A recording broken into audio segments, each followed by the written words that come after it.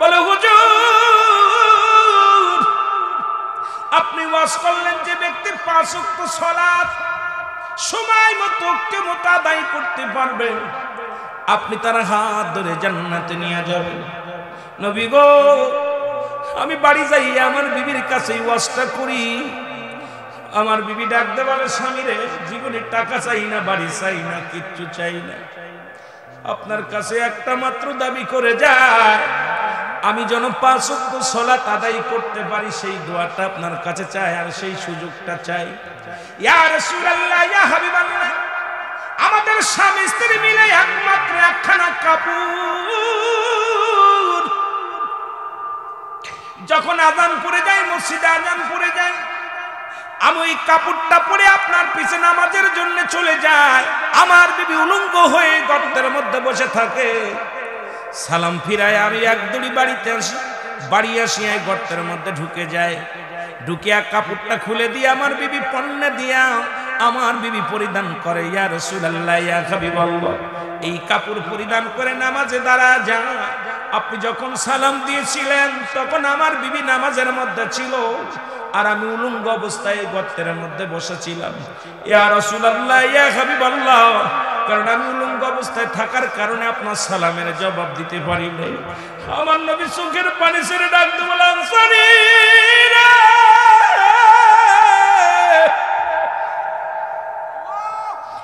তুমি একটা কাপড়ে স্বামী স্ত্রী মিলিয়া দুজন নামাজ আদায় করো।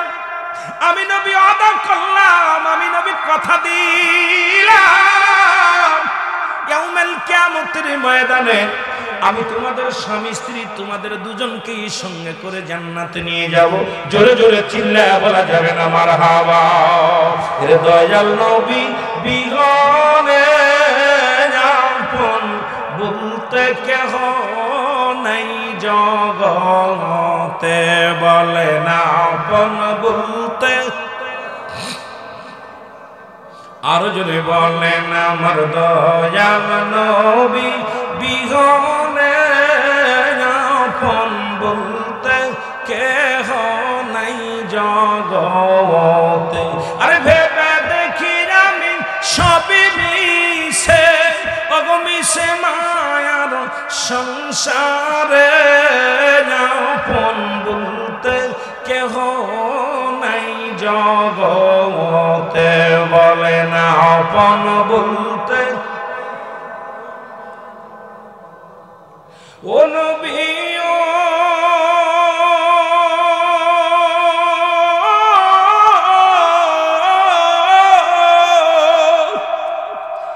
আপনাকে ভালোবেসে শুইলাম কত জ্বালা,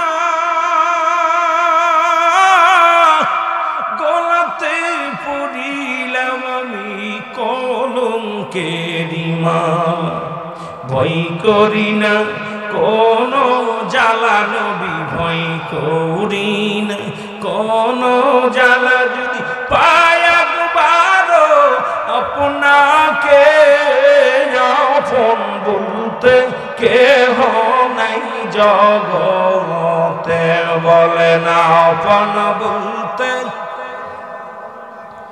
মহব্বতে, বলে না আপন বলতে কেহ নাই জগতে। আমার দয়াল নবী বিহনে আপন বলতে কেহ নাই জগতে। আমার ভাইরা আমার বন্ধুরা আমার আব্দুল্লাহ আনসারী এক কাপড়ে স্বামী স্ত্রী দুজন নামাজ আদায় করছে গো। আমি আপনাদের কাছে জানতে চাই এই খাল্লা গ্রামে এমন কোন গরিব মানুষ নাই যিনি ফকির তার 10-20টা কাপড় আছে কি আছে না? যিনি কিষান দিয়ে খায় উনার বাড়িতে গেলেও 2-4টা পোশাক পাওয়া যায়, যেটা বলে ঠিক কি না? তাহলে আপনি কি দোহাই দিয়ে নামাজ ছাড়তে পারবেন? সারা সম্ভব নয়। এ মুসলমান, নবীর সাহাবী যদি এক কাপড়ে স্বামী স্ত্রী দুজন নামাজ আদায় করতে পারে, আপনাকে আমার আল্লাহ সেই রকম অবস্থা করে নাই। বাড়ির মালিক হয়েছেন, গাড়ির মালিক হয়েছেন, পোশাকের মালিক হয়েছেন রে মুসলমান, কিন্তু আল্লাহর সাথে আপনার সম্পর্ক নাই। আল্লাহ বলে এদের জন্য আমি রেখে দিলাম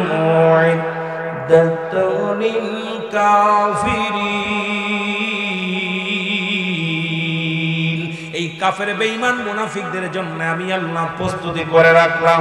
একটা নয়, দুটি নয়, 7-7টা জাহান্নাম। জোরে জোরে চিল্লায় বলা যাবে আল্লাহু আকবার।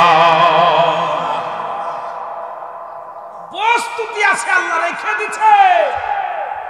কয় বছর? 40 বছর, 50 বছর, 80 বছরের জিন্দেগি পাইয়া কত রং তামাশা করতেছো। সালাত, সালাত, নামাজ, নামাজটা। এই জন্য আমি বলতেছিলাম রাতের শুরু নামাজ, দিনের শুরু নামাজ, মনে আসেনি? এ মুসলমান, রাতের শুরু নামাজ, রাতের শুরু হলো মাগরিবের নামাজ, মনে আছে? 3 রাকাত ফরজ নামাজ তুমি আদায় করলা, তুমি আমার মাওলার গোলাম হয়ে গেলা। এবার তুমি 2 রাকাত সুন্নাত নামাজ তুমি যখন আদায় করলা, আমার নবীর প্রেমিক হয়ে গেলা। এখন যদি তোমার রাতের মধ্যে মৃত্যু হয়, তোমার মৃত্যুটা হবে আমার নবীর প্রেমিক, আল্লাহর গোলাম। জোরে জোরে চিল্লায় বলা যাবে না মারহাবা। নামাজের ওয়াজ করলে কিছু বেনামাজির কলিজার মধ্যে আঘাত ধরে, কথা কোন ঠিক কিনা? নামাজের ওয়াজ তো মুসলমানদের কাছে করা উচিত না। দাওয়াত দেওয়ার দরকার কাদেরকে? যারা ঈমান আনতে পারে নাই। নামাজের ওয়াজ তো তাদের কাছে করা দরকার, কিন্তু আমরা মুসলমানদের কাছে নামাজের ওয়াজ করি। কারণ কি? আমরা পরিপূর্ণ মুসলমান হতে পারি নাই, ঠিক কিনা? বড় কষ্ট এখানে। সালাত, সালাত, রাসূলুল্লাহর উম্মত হিসেবে যদি স্বীকৃতি পেতে হয়, নামাজের দরকার আছে।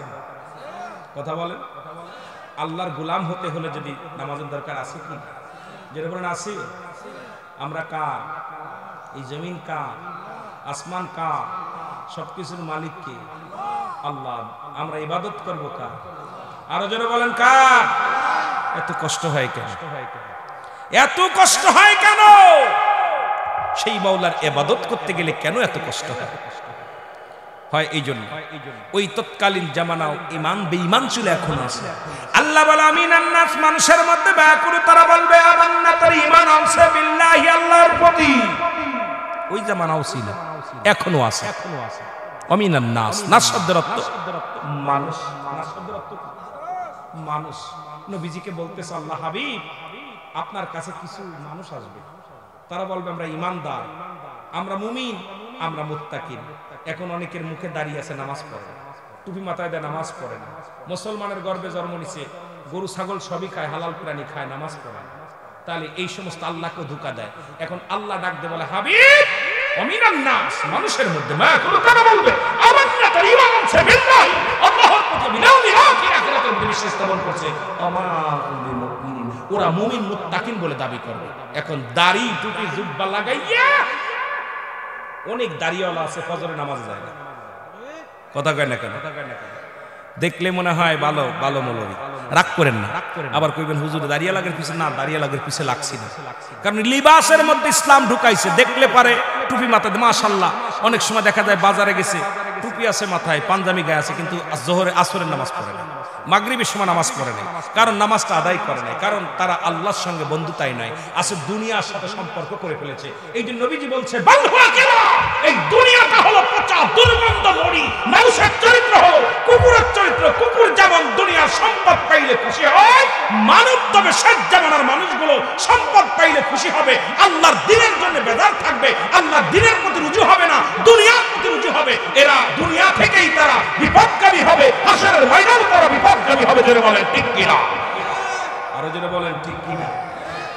কষ্ট হয়, আমার কথায় কষ্ট হচ্ছে বুঝাতে যে, কিন্তু ইমানদার যারাই কষ্ট করে আল্লাহ বলেন আমি এদের জন্য রেখে দিলাম। আল্লাহ বলেন বিসমিল্লাহির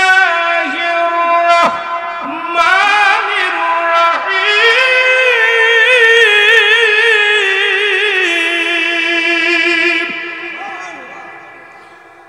উইদ্দাত লিল মুমিনিন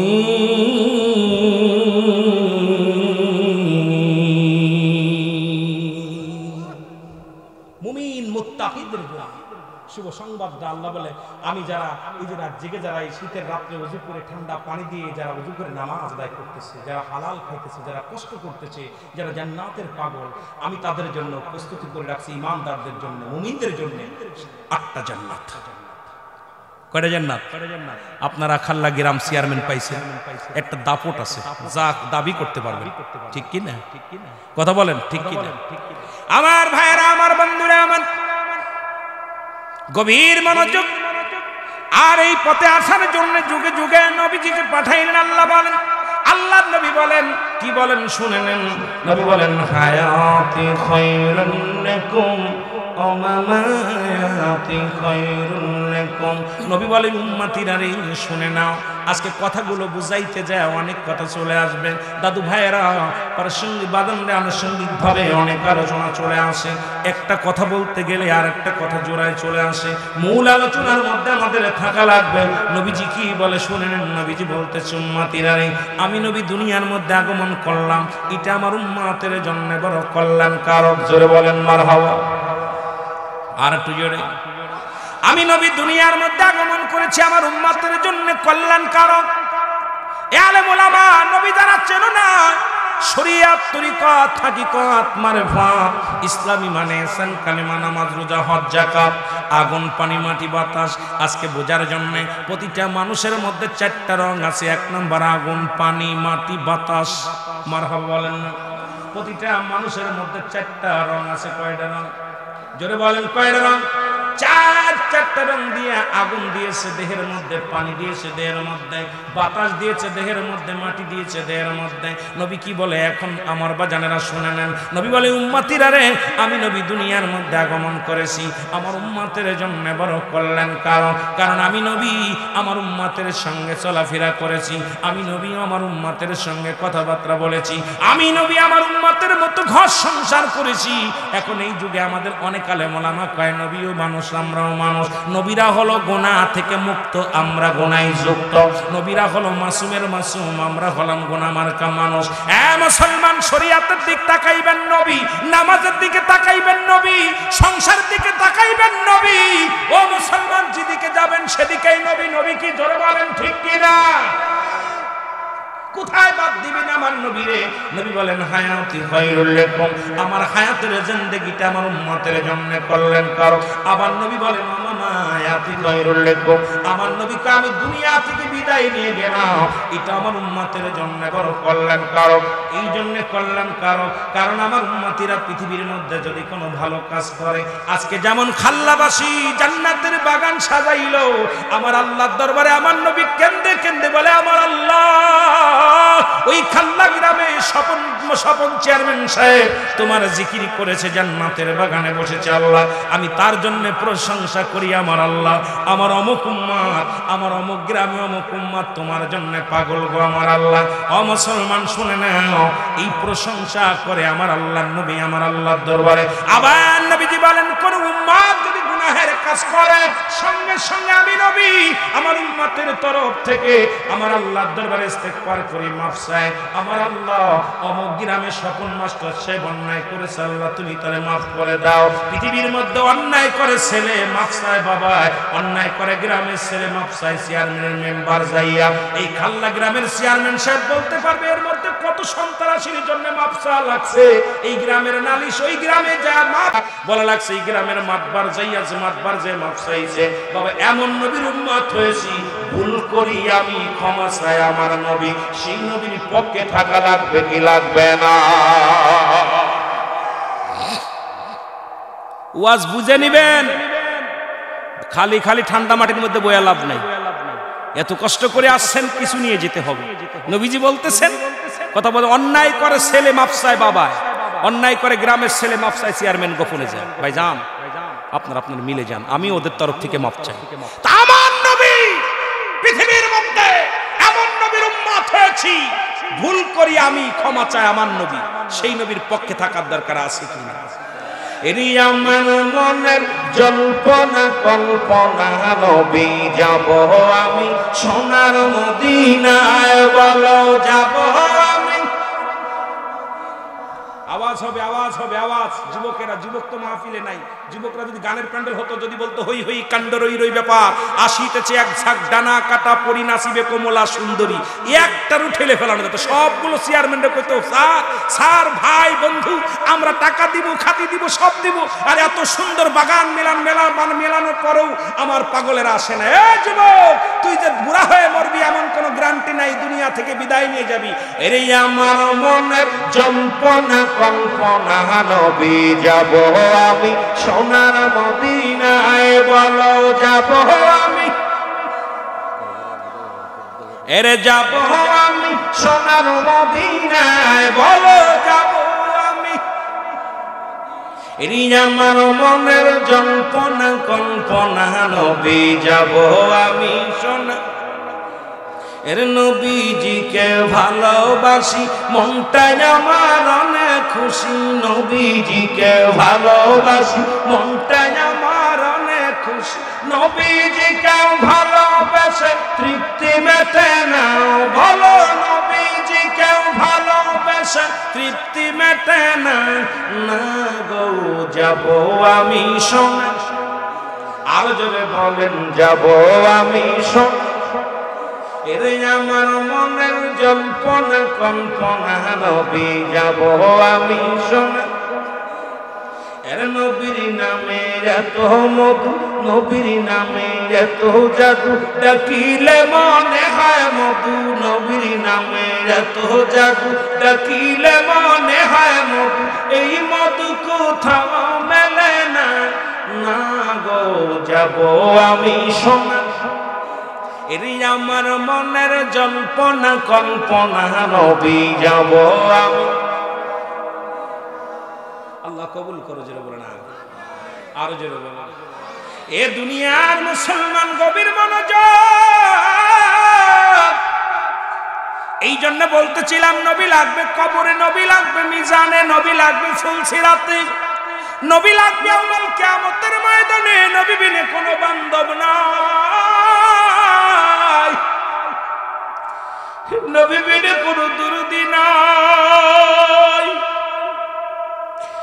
মানুষের তিনটা বিপদ, নাম্বার 1 হলো মানুষের মরণ, নাম্বার 2 হলো কবর, নাম্বার 3 হলো কিয়ামতের ময়দান।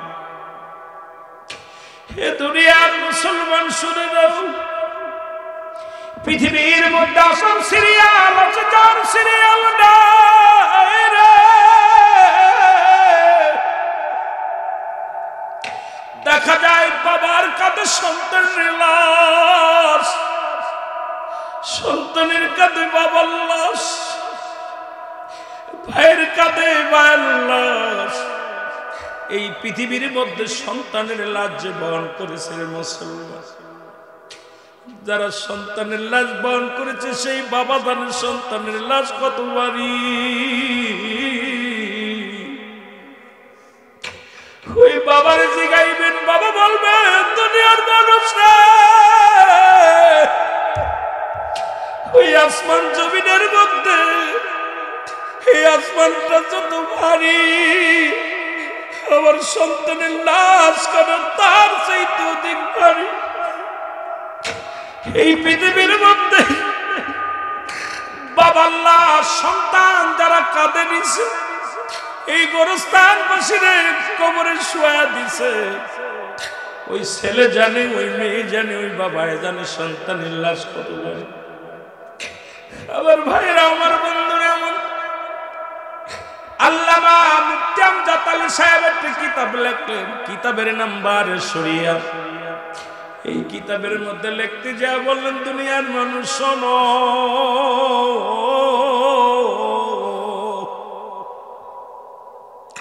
সবচাইতে আরামদায়ক মৃত্যু যেটা হয়,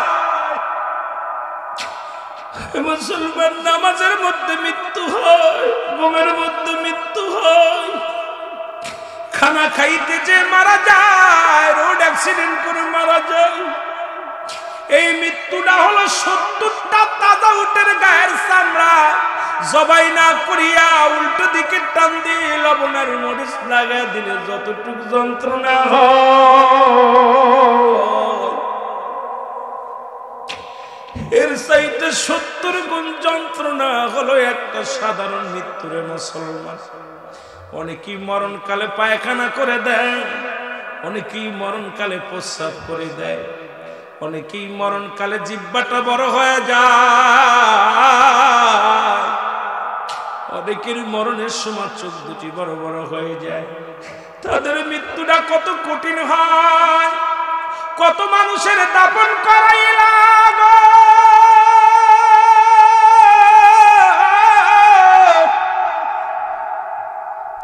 কত মানুষের কাপন পড়াইলা, কত মানুষের জানাজা পড়লা। যারা মায়েদের গোসল করাইলে, এই গোসল করাতে যা দেখে মায়ের পায়খানা করে দিছে, প্রস্রাব করে দিছে, জিহ্বাখানা বাইর হয়ে গেছে। মুসলমান, এই মৃত্যুর পেয়ালা পান কর্তব্যের মধ্যে কোনো সন্দেহ নাই। এই সহজ মৃত্যু যদি এত কঠিন হয়, কঠিন মৃত্যুটা কত কঠিন হবে জোরে বলেন ঠিক কিনা? এই আমি চলে যাব, আমায় তোমরা ভুইলা যাইও না, আমি চলে যাব। আমার মরণ আসিবে কখন কেউ তো জানি না, আমার মরণ আসিবে কখন।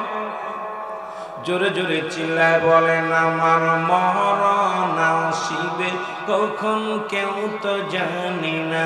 এই আমি চলে যাব, আমায় তোমরা ভুইলা যাইও না, আমি চলে যাব।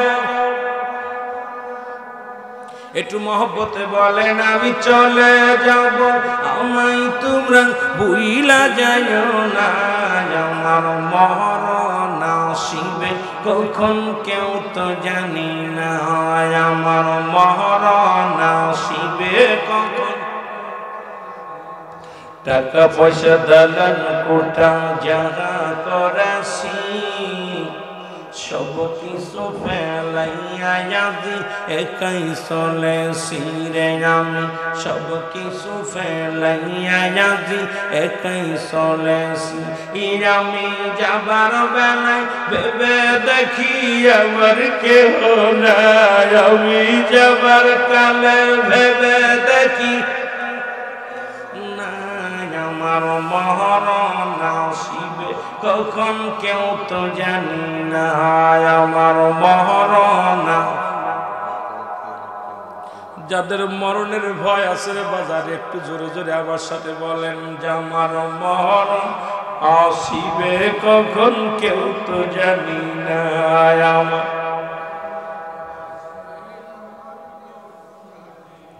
ডানে বামে মাটি আমার, মাটির বিছানা, ডানে বামে মাটি।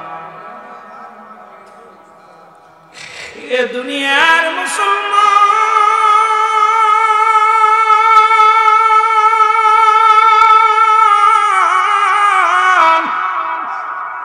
আল্লাহ বলেন কুল্লু মান আলাইহা ফান, জোরে বলো আল্লাহু আকবার। আল্লাহ বলে বান্দারে,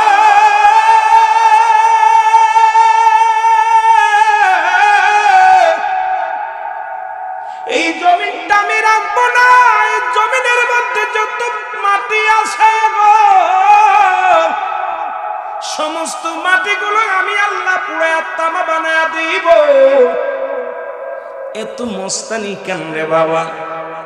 কেন গায়ের জোর দেখাও, কত ক্ষমতা দেখাও?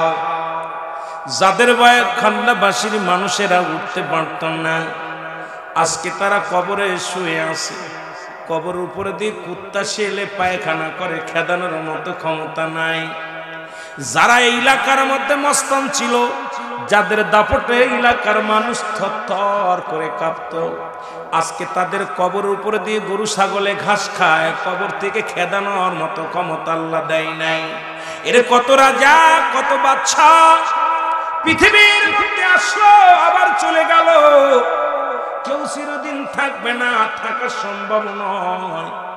কেন এত বাড়াবাড়ি করো, কেন এত মস্তানি করো রে মন? আমার আল্লাহ কয় বান্দারে এই জমিনটা আমি রাখবো না, এই জমিনের মধ্যে যত মাটি আছে সব মাটিগুলো পুড়ে বানাবো তামা। এই জমিনের যা কিছু আছে পুড়ে হয়ে যাবে তামা। এর কুল্লু মান আলাইহা ফান, জোরে জোরে চিল্লা বলা যাবে না আল্লাহু আকবার। আল্লাহ কয় বান্দারে পৃথিবীর মধ্যে 3 ভাগ পানি, 1 ভাগ হলো মাটি। এই জমিনের মাটিগুলো সব পুড়ে তামা হয়ে যাবে গো। এই জমিনের কোন মাটিগুলো থাকবে না, এই মাটিগুলো পুড়ে হয়ে যাবে তামা। জমিনের মধ্যে যত পানি আছে সমস্ত পানিগুলো পুড়ে হয়ে যাবে ছাই। যেদিন কিচ্ছু বলতে কিচ্ছু থাকবে না, সেদিন থাকবে শুধু আমার আল্লাহ। ও বাজানেরা শুনে নাও, একদিন দুনিয়ার সব কিছু ছেড়ে চলে যেতে হবে। থাকার জায়গা না, থাকবো না, থাকা সম্ভব নয়। আল্লাহ আল্লাহ, কোন দিন যেন কবরের ডাক এসে যাবে রে, কোন দিন যেন চিরঘুম ঘুমায়া যাব গো আমার আল্লাহ। সাদের বাড়ি, সাদের ঘর, সংসার সব কিছু ফেলে চলে যাব। আরে পৃথিবীর মধ্যে যত সম্পদ গল্লাম, এই সম্পদ খাবে লোকে, মানুষের দেহ খাবে পোকে। আপনি বাড়ি গাড়ি করলেন, দুনিয়ার মধ্যে সুদ খান, ঘুষ খান, চীনা ব্যবসার অন্যায় করে। এই দুনিয়ার যত পাপ করবেন, একটা পাপের ভাগ আপনার ছেলে নিবে না, একটা পাপের ভাগ আপনার বিবি নিবে না, একটা পাপের ভাগ আপনার ভাই নিবে না, কিন্তু সম্পদের ভাগ ঠিকই নিবে না মুসলমান। বলবে আমার বাবার সম্পত্তি, আমার মায়ের সম্পত্তি, এটা আমার চাচার সম্পত্তি, এটা আমার দাদার সম্পত্তি। এই দুনিয়ার সম্পদ খাবে লোকে, আপনার দেহটা খাবে পোকে। এত মস্তানি কেন রে মুসলমান?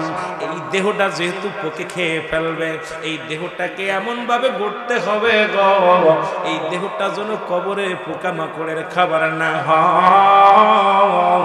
ইমানদারের দেহটার বড় দাম, ইমানদারের এই বডিটার বড় দাম, ইমানদারের রূহটার বড় দাম। আল্লাহ ওই মরণের আগে আমাদের ইমানদার বানায়া দিও, জোরে বলো আল্লাহু আকবার। আল্লাহ কয় বান্দারে কিচ্ছু বলতে কিচ্ছু যেদিন থাকবে না, সেদিন থাকবো শুধু আমি আল্লাহ, আর আমি থাকবো আমার নবীর ভালোবাসা নিয়ে। মারহাবা, আরো জোরে বলেন। কারণ এই পৃথিবীতে আমি আল্লাহ সব কিছুর মালিক, ইবাদতের মালিক আমি, পালন কর্তা আমি তোমাদের রব। দ্বিতীয় কোন প্রভু নাই, আমার আল্লাহ প্রমাণ করে দেয়। আল্লাহ বলেন, আমার সাথে বলেন, বিসমিল্লাহির রহমানির রহিম। কুল হুয়াল্লাহু আহাদ, আল্লাহুস সামাদ, লাম ইয়ালিদ ওয়া লাম ইউলাদ ওয়া লাম ইয়াকুল লাহু কুফুয়ান আহাদ। আল্লাহ ডাকতে বলে, হাবিব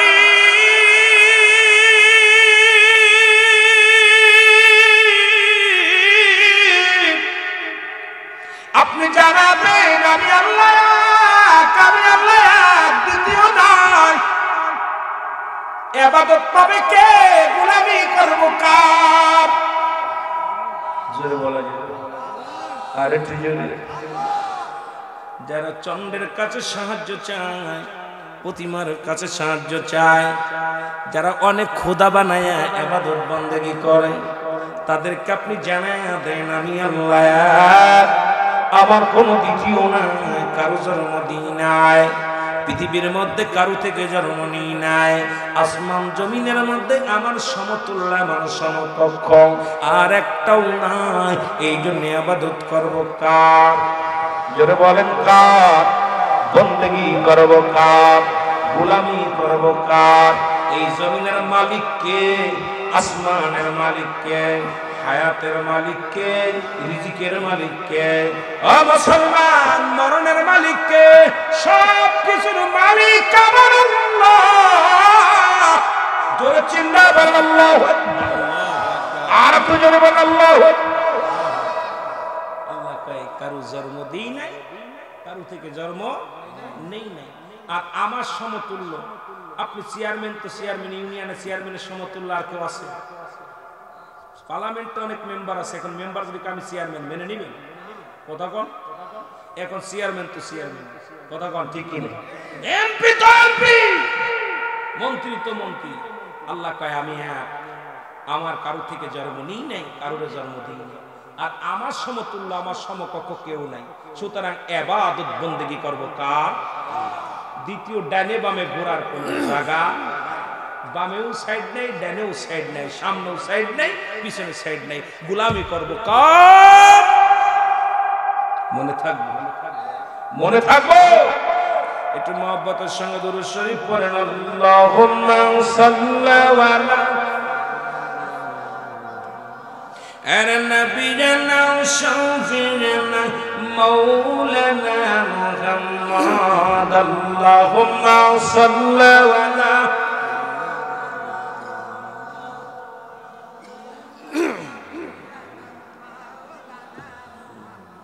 কোথায় রইলেন দয়াল নবী, কোথায় রইলেন দয়াল নবী, আমাদের ফেলিয়া আপনি বিন কি লাভ হবে এই জগতে বাসিয়া। আল্লাহুম্মা সাল্লি আলা সাইয়্যিদিনা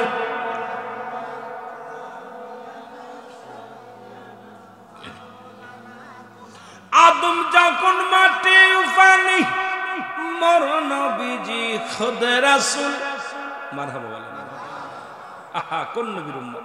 আদম যখন মাটি পানি, মর নবীজি খুদ রাসূল।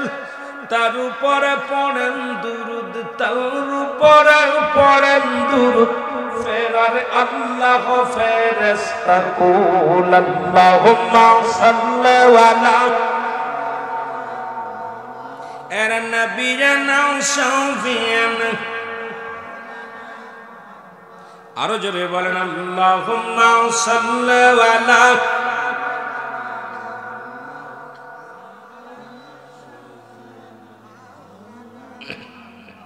এ মুসলমান গভীর মনোযোগ, যে কথা বলতেছিলাম,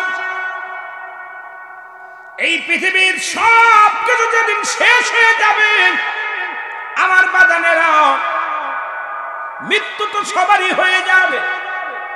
আমার আল্লাহ ডাকতে বলবে আজরাইল,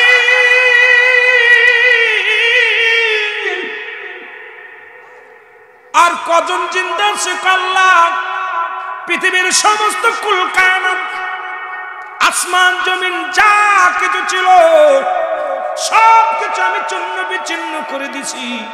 কুল্লু মান আলাইহা ফান, সব শেষ করে দিছে।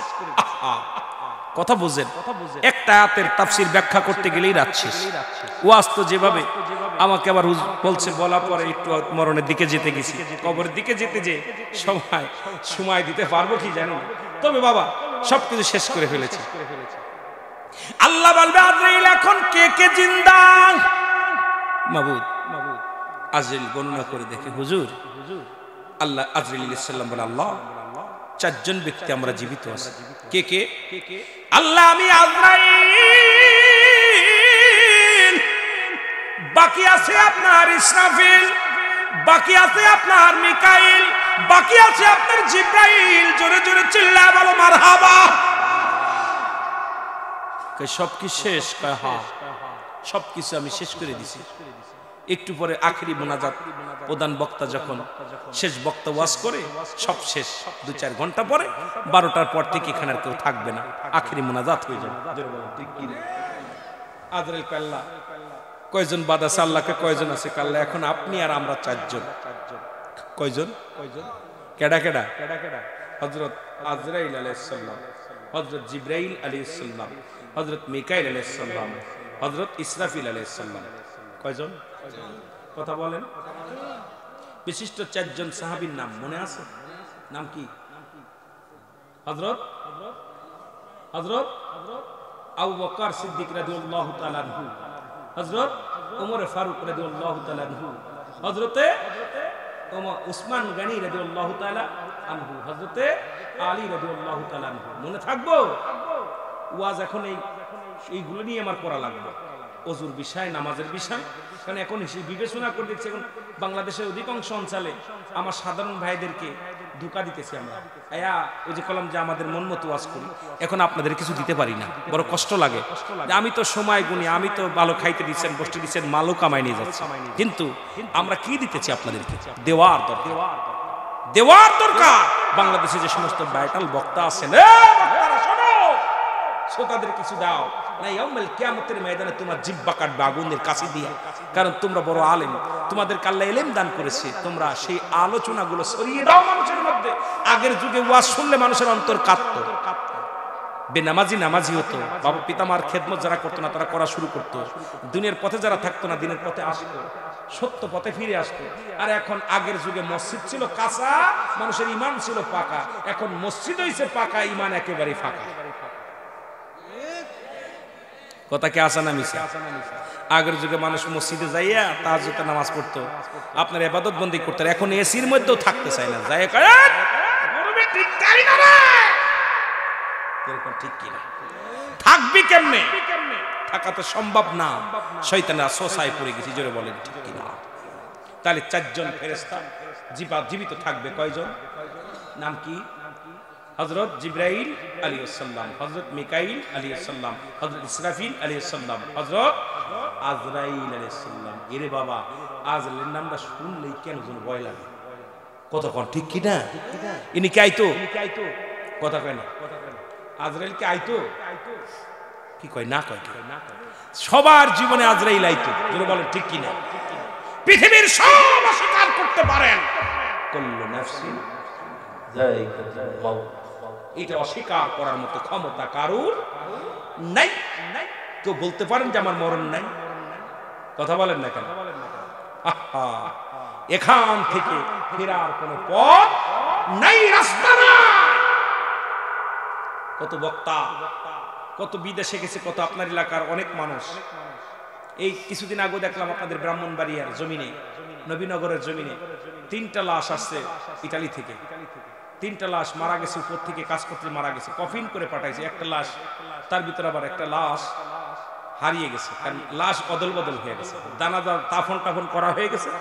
এমন সময় বিদেশ থেকে খবর দিচ্ছে যে আমি তো বাইসে আছি। কথা বলছেন?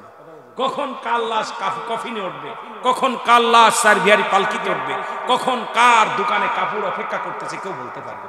কোন দোকানে আপনার কাপড় অপেক্ষা করতেছে, কোন জারের বাস অপেক্ষা করতেছে, কোন মানুষটা আপনার জানাজা পড়াবে, কোন মানুষটা আপনার জানাজায় হাজির হবে কেউ বলতে পারবে।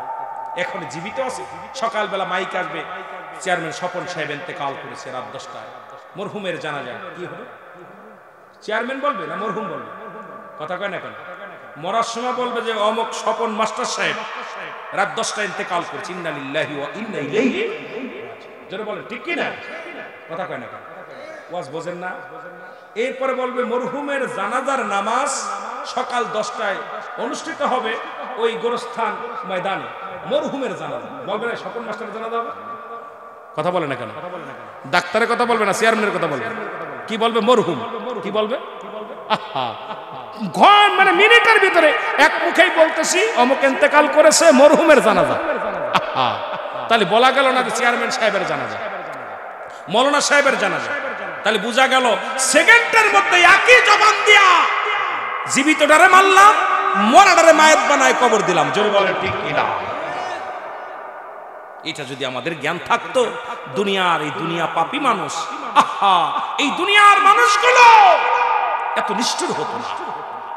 আমার ভাই, আমার বন্ধুরা, আমার আল্লাহ বলবেন কয়জন আছো? বলে আল্লাহ আমরা 4 জন, আপনি মোট 5 জন। আমার আল্লাহ বলবে যাও। এখন আর কার নাই? জিবরিলের খবর দরকার নাই, কারণ জিবরিল আমিনের জানটা কবাজ করো। জিবরিলকে সালাম দিবে আজরাইল আলাইহিস সালাম, আসসালামু আলাইকুম ভাই জিবরিল, আমি আপনার কাছে এসেছি, আমার আল্লাহর হুকুম আছে, আপনার বলে কোনো দায়িত্ব নাই, দায়িত্ব শেষ, এখন আপনার রুহটা নিয়ে যাব। জিবরিল আমিন বলবে, ও আজরাইল, এই দুনিয়ার মধ্যে আমি জিবরিল আমিন 12 বার গেছিলাম হযরত আদম আলাইহিস সালামের কাছে, 4 বার গেছিলাম হযরত ইদ্রিস আলাইহিস সালামের কাছে, 42 বার গিয়েছিলাম আমি হযরত ইব্রাহিম আলাইহিস সালামের কাছে, এর 450 বার গিয়েছিলাম আমি মুসা আলাইহিস সালামের কাছে, আর আখির নবী রাহমাতুল লিল আলামিনের কাছে গিয়েছিলাম 24,000 বার।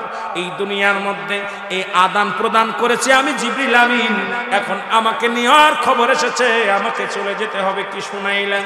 আজরাইল বলে, জিবরিল আর সময় নাই, কারণ আমি তোমাকে আর সময় দিতে পারবো না, কারণ তোমার যাবার সময় হয়ে গেছে, আমার মাওলা হুকুম দিছে। আজরাইল তখনও জানে না যে আমার তার চলে যেতে হবে, আর তখনও জানে না। জিবরাইলের জানটা যখন বাইর করতে যায়, জিবরিল আমিন কান্না জুড়ে দেয়, ডাকতে বলে, আজরাইল, আমার মাবুদের হুকুম তালিম করতে যাইয়া আসমান জমিনের মধ্যে কত ঘোরাঘুরি করলাম, আমি জিবরিল কত নবীদের কাছে আমি ওহী নিয়ে নাজিল করলাম, এর দুনিয়ার মধ্যে আমারও চলে যেতে হবে। এর আজরাইল যখন জিবরিল আলাইহিস সালামের জানটা যখন ধরবে, জিবরিল এত জোরে একটা চিৎকার মারবে, ডাক দেব, আজরাইল, আরে মৃত্যু যন্ত্রণা এত কঠিন আমি আগে জানতাম না, আমি জিবরিল, আরে জানটা আস্তে আস্তে ধরো, রুহটা আমার আস্তে আস্তে লয়ে যাও। আজরাইল বলবে, হুজুর, আমি হুকুমের গোলাম, আমার মাওলা হুকুম দিছে, আমি একটা মিনিট দেরি করে সম্ভব নয়। ওরে জিবরিল এত জোরে একটা চিৎকার মারবে, মৃত্যুর যন্ত্রণা, চিৎকার মারবে জিবরিলের আওয়াজ যদি দুনিয়ার মানুষ যদি জিন্দা থাকতো, দুনিয়ার মানুষগুলো হাত ফেল করে মারা যেত। জানটা নিয়ে চলে যাবে আমার আল্লাহর দরবারে, ডাকতে বলবে, আমার আল্লাহ, আজরাইল খবর কি? বলে, আল্লাহ, জিবরিল এত কান্নাকাটি করলো, অনেক করুণায় বিনয় করলো, ওনার কান্না আমাকে মায়া জড়াইতে পারে নাই, আপনার হুকুম আমি তালিম করেছি, আর তার রুহটা আমি বাইর করে এনেছি গো আমার আল্লাহ, এই নেন আমি জিবরিল আমিনের রুহ খানা। আমার আল্লাহ ডাকতে বলবে, আজরাইল, এখন কে কে জিন্দা আছে বলো? আমার জিবরিল আজরাইল আলাইহিস সালাম বলবে, মালিক, এখন আছি আমি আজরাইল, আছে ইসরাফিল, আছে বাগানে মিকাইল। আমার আল্লাহ বলবে, যাও, চলে যাও, ওই মিকাইলের জানটা নিয়ে আসো, আর দরকার নাই। আল্লাহু আকবার বলো। মিকাইলকে সালাম দেবে আজরাইল আলাইহিস সালাম, আসসালামু আলাইকুম ভাই মিকাইল, আমরা 4 জনের দায়িত্ব, আল্লাহ 4টা দায়িত্ব দিয়েছিল, এখন আপনার দায়িত্ব শেষ, আপনার রুহটা বাইর করার জন্য, আপনার রুহটা কবজ করার জন্য আল্লাহ তাআলা আমাকে হুকুম দিছে, আর দেরি হবে না। মিকাইল বলবে, আজরাইল, একটু দেরি করো, একটু সময় দাও, আমার একটু সময় দাও, সারা জীবন আমি আল্লাহর হুকুমে পৃথিবীর মধ্যে বৃষ্টি বর্ষণ করেছি, এই বৃষ্টির দায়িত্ব দিয়েছিল আমার আল্লাহ। আমি মিকাইল যখন হুকুম, আমার আল্লাহ যখন হুকুম দিত, আমি মিকাইল মানুষকে বৃষ্টি দিয়া, রহমত দিয়া ঠান্ডা করে দিতাম, জমিনে ফসল হতো, মানুষ কত আল্লাহর প্রশংসা করত, আল্লাহর গুণগান গাইতো, প্রশংসা করত, রিজিকের ফয়সালা হয়ে যেত। আমি আজকে মিকাইল একটু দেরি করতে চাই, এরে আস্তেদার। আজরাইল বলে, হুজুর, আর টাইম নাই, টাইম নাই। এ মুসলমান শুনে নাও, মিকাইলের রুহটা যখন ধরবে, মিকাইল এত জোরে একটা চিৎকার মারবে, হযরত মিকাইল এত জোরে একটা চিৎকার মারবে, হে মুসলমান, মাশরিক থেকে মাগরিব পর্যন্ত এই আওয়াজ পৌঁছে যাবে। দুনিয়ার মানুষ যদি জিন্দা থাকতো, মানুষের হাতফেল করে মারা যেত, একটা চিৎকার মেরে বলবে, আজরাইল, আরে মৃত্যু যন্ত্রণা এত কঠিন,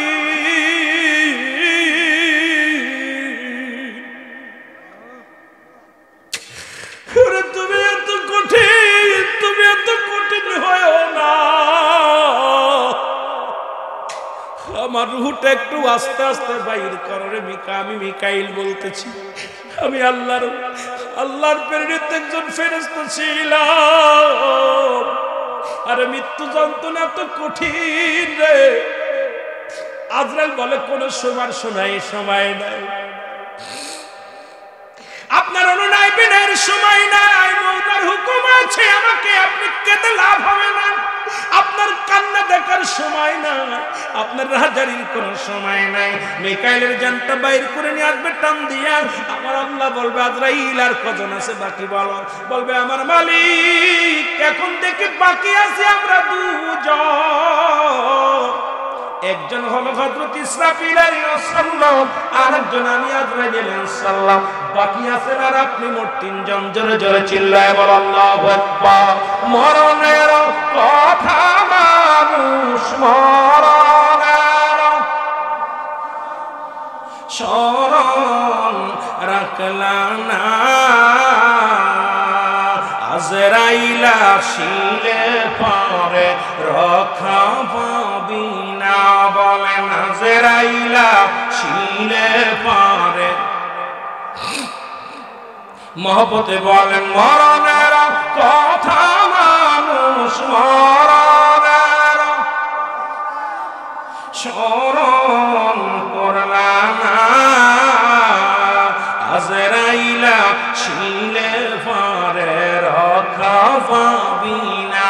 বলেন আজরাইল আসিলে পরে কত রাজা বাদশা ফকির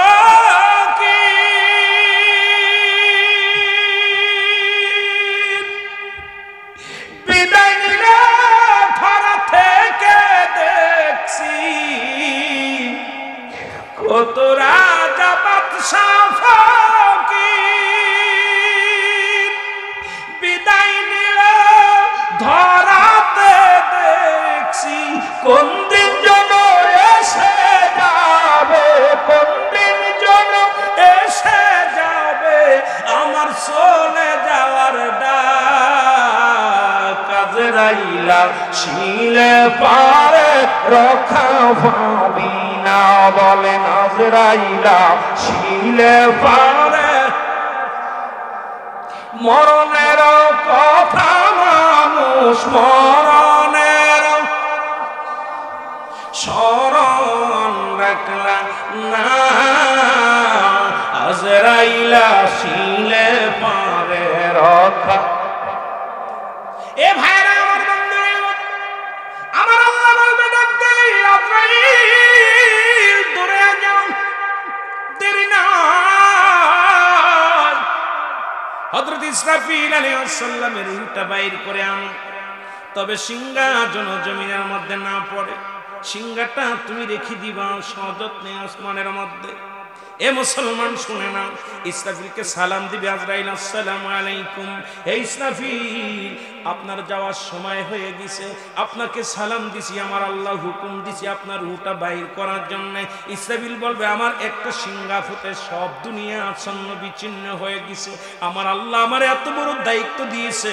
আমি যখন সিংহাটা ধরেছিলাম আসমান জমিন কাঁপন শুরু করেছিল, যখন আমি সিংহার মধ্যে একটা ফু দিলাম আসমান জমিনটা থরথর করে কেঁপে উঠে চূর্ণ বিচ্ছিন্ন হয়ে গেল, পাহাড়টা খসে পড়ল, জমিনটা চুরমার হয়ে গেল।